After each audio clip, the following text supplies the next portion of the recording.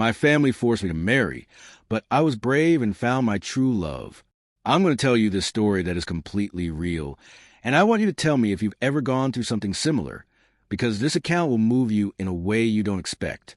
My name is Lucas, and this is probably the most honest testimony I have to share my entire life. If you're watching this now, it's because something inside you recognized that this story is important. Have you ever been forced to do something you knew was wrong? Something that was going to destroy your life? Probably, because we live in a society where the expectations of others weigh more than our own happiness, where you're forced to fit into a box that wasn't made for you. And while you watch this, leave your comment down below, because I want to know your truth too, because your story matters. I grew up in a traditional family, very traditional. My father was a renowned lawyer. My mother was a teacher at an elite private school. Both came from families with a lot of power, a lot of money, a lot of social status. Families that had influence in the city, who knew important people, who had been in the same circles for generations.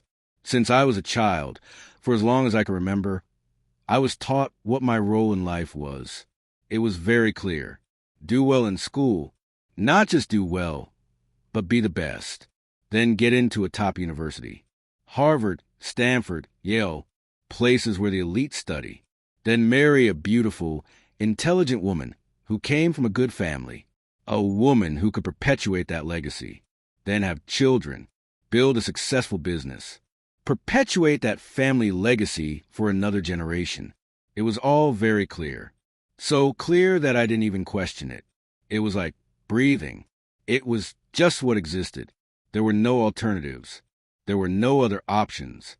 There was only one path. And everyone expected me to follow it. My parents had started introducing me to the daughters of their friends since I was only 17. Daughters of surgeons, of billionaire businessmen, of influential politicians.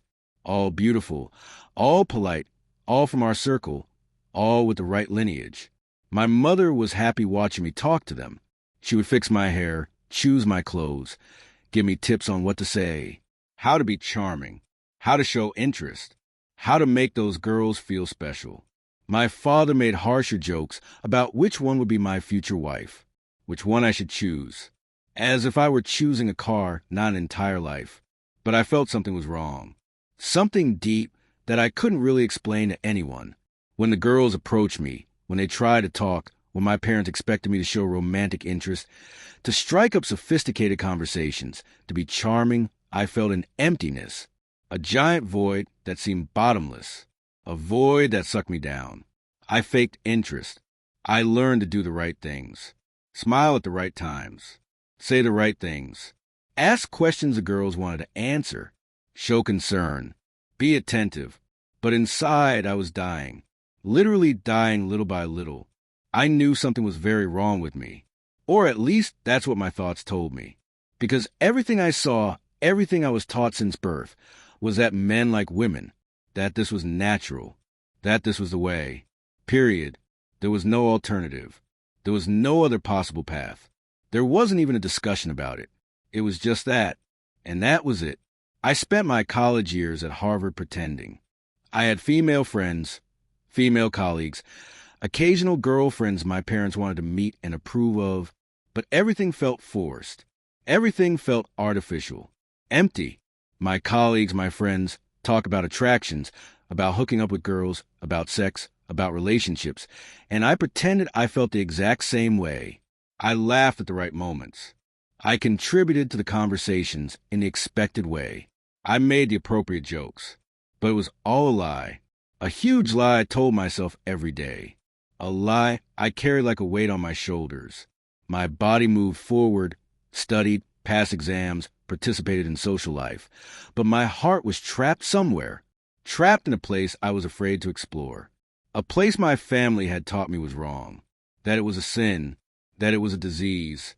That it was an aberration that needed to be cured. At 25, my parents began to pressure me more intensely. College was over. I had graduated with honors. I had started working at a very prestigious law firm. I had professional success. I had money. I had a nice apartment. I had status. My colleagues respected me. My bosses liked me. My future in the profession seemed bright. But the most important thing was missing: a wife. The thing my family thought would complete my picture of success.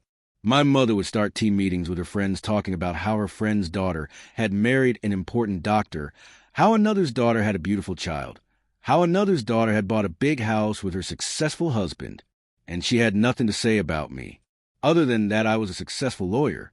That was killing her inside. Truly, it really was. You could see it in her eyes.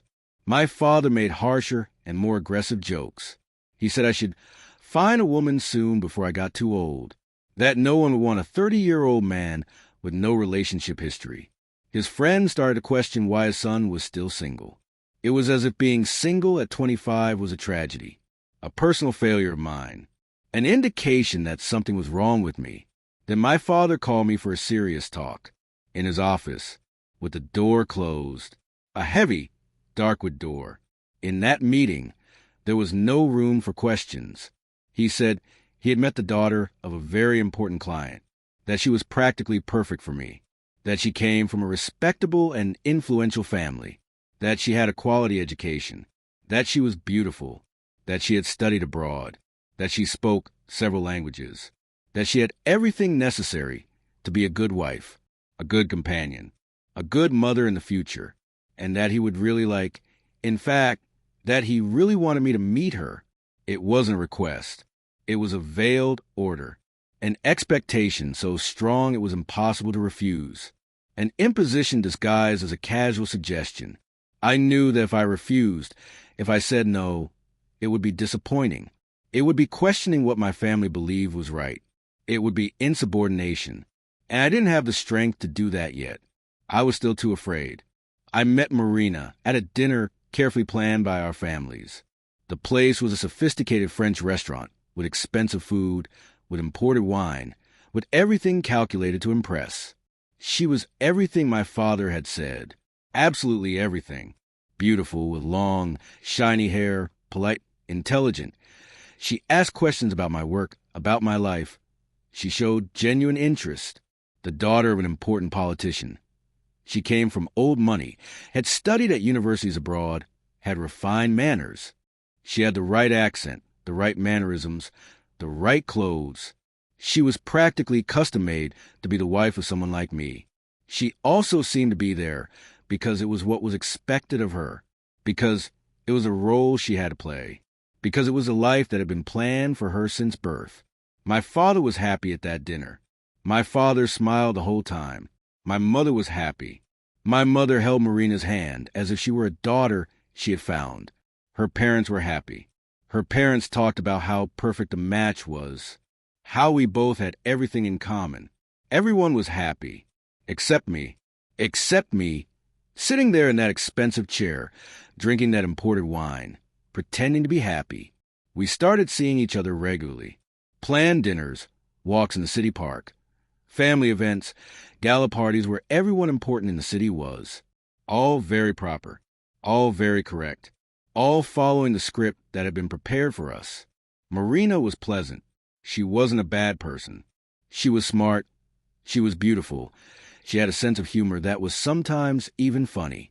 But she was just a woman who had been raised the same way I had, to fulfill the role society expected of her, to be the wife of a successful man, to give her husband well-educated children, to keep up appearances, to perpetuate tradition. And the two of us, without words, without ever having an honest conversation about it, entered into a silent agreement, an unspoken but completely understood agreement. Let's do this. Let's do what they expect of us. Let's live the life we are supposed to live. Because the cost of doing anything else was too high. Because the fear of disappointing was greater than the desire to be authentic. At 27, the proposal came. It wasn't something I did. My father basically orchestrated everything. My father wanted me to propose to Marina. He would even pay for the ring, a 20-carat diamond ring, for the whole wedding, for the catering, for the orchestra, for the invitations, for everything, because it was important that his son marry well, that the world see that his son was a successful, well-put-together man within the perfect standards, that his son was normal, that his son was exactly as he should be. And Marina? Well, Marina seemed to have been waiting for it since that first dinner. Her parents, too. Her parents were already starting to talk about how many children we would have, when it would be, how we would be a perfect family. Everyone was waiting for it. It was inevitable. It was like a train that had already left the station, and there was no way to stop it. And I got married. I got married because it was expected. I got married because I was afraid of disappointing my family. I got married because I was afraid of losing their respect. I got married because I was afraid of being rejected. I got married because I didn't know how to say no. I got married because I hadn't yet found the courage to question that world that was suffocating me. Marina wore a beautiful white dress that must have cost more than my car. I wore a flawless black suit made by an internationally famous tailor. The ceremony was perfect. The flowers were imported. The venue was a historic church. The cake was from a famous chef. The photos were perfect. It was in all the society magazines. It really looked like something out of a magazine. It looked like a fairy tale. It looked like the perfect life.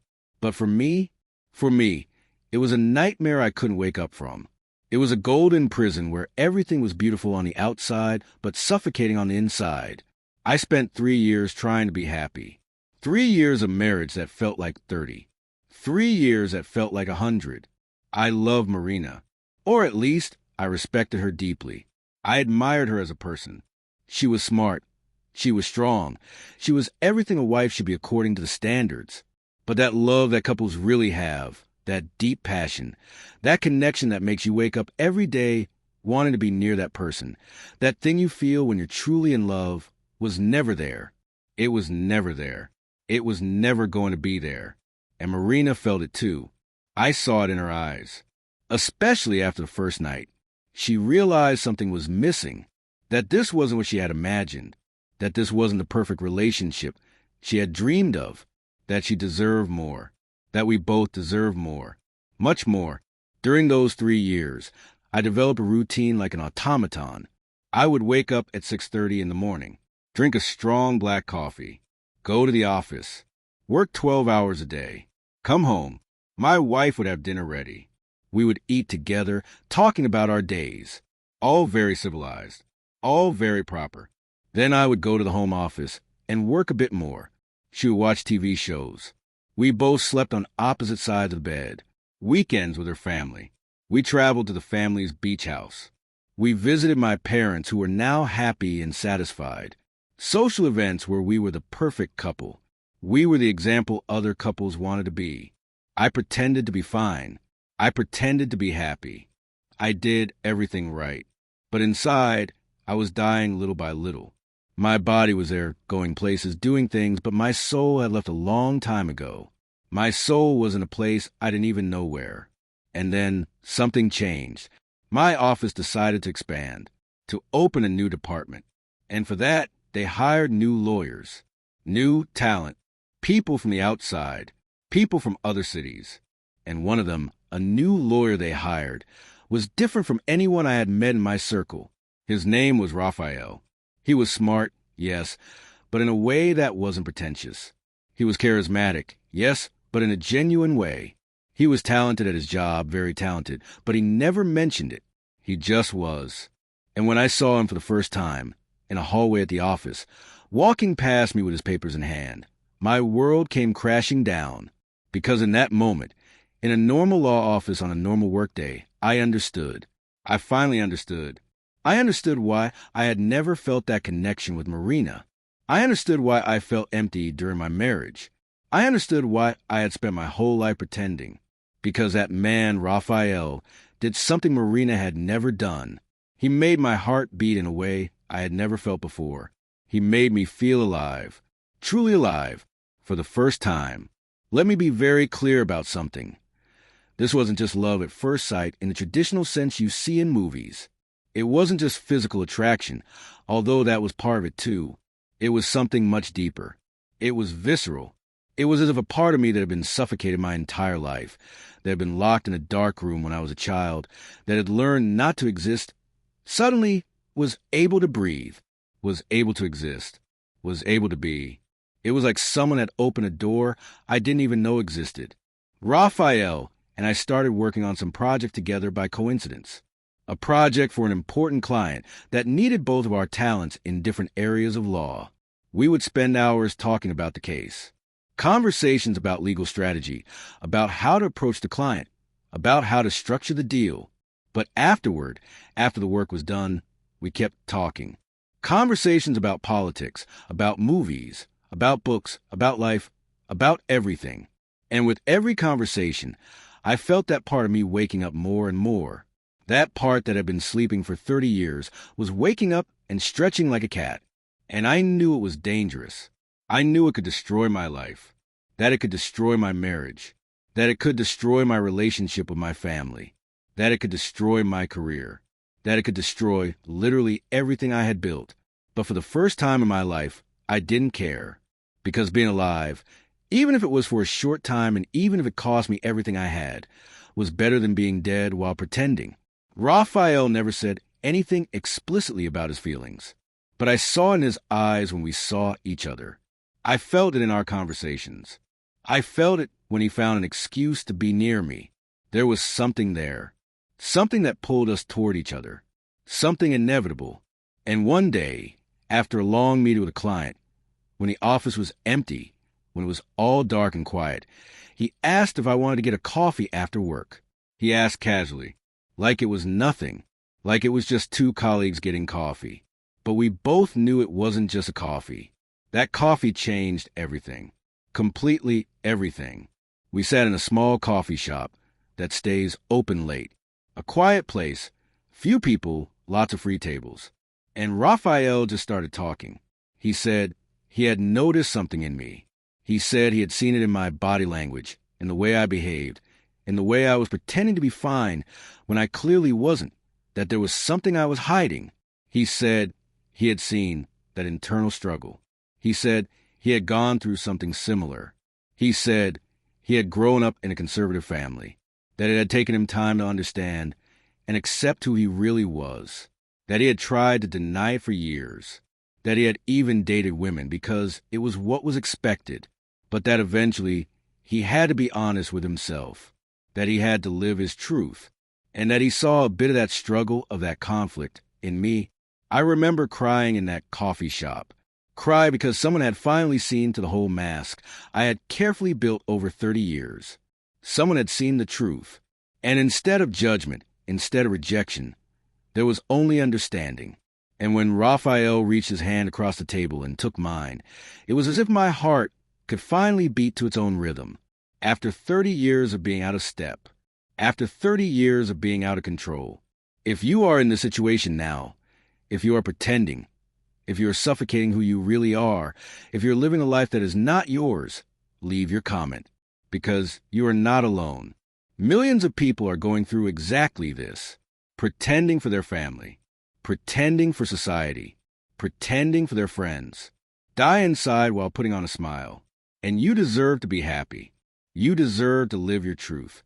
You deserve to breathe. I went home that night a different person, completely different. Marina saw it. She saw a fundamental change in me. She saw something that had been awakened in me. She asked if something was wrong. And in that moment, after years of lying, after years of silence, I had to be honest. I had to tell her. I had to tell the truth I had kept hidden for 30 years of my life, that I had kept hidden for 3 years of marriage, that I wasn't the person she thought I was, that I never had been, that I had married her under a lie. Marina cried. She cried because she had invested 3 years in a marriage that was never going to be what she deserved. She cried because she had been deceived. She cried because she had sacrificed her own dreams thinking she was building something real. But then, after the initial anger passed, after she processed it all, she said something I will never forget.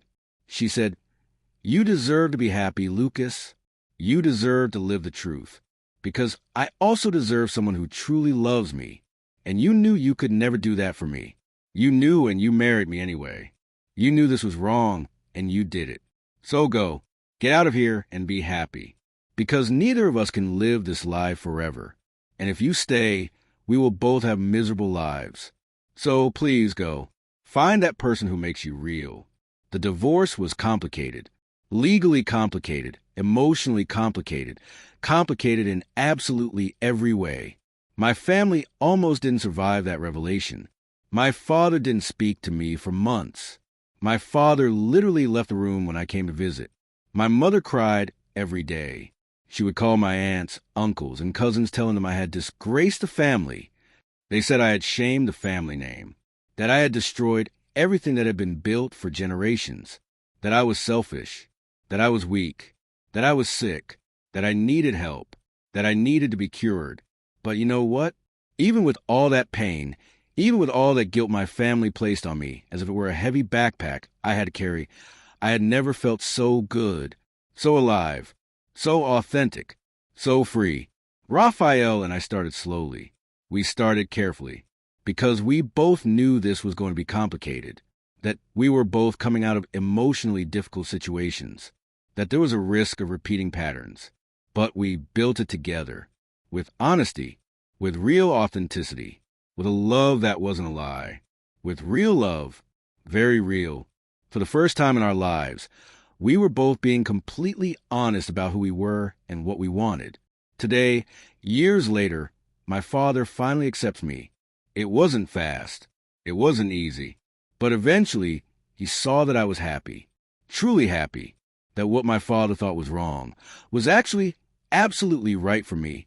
My mother cried when she saw me happy with Raphael, genuinely happy. Not that fake smile I use with Marina. It was genuine happiness. It was real joy. It was peace.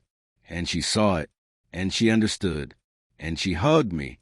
She apologized for having pressured me, for having placed those expectations on me, for having forced me to fit into a box that wasn't for me.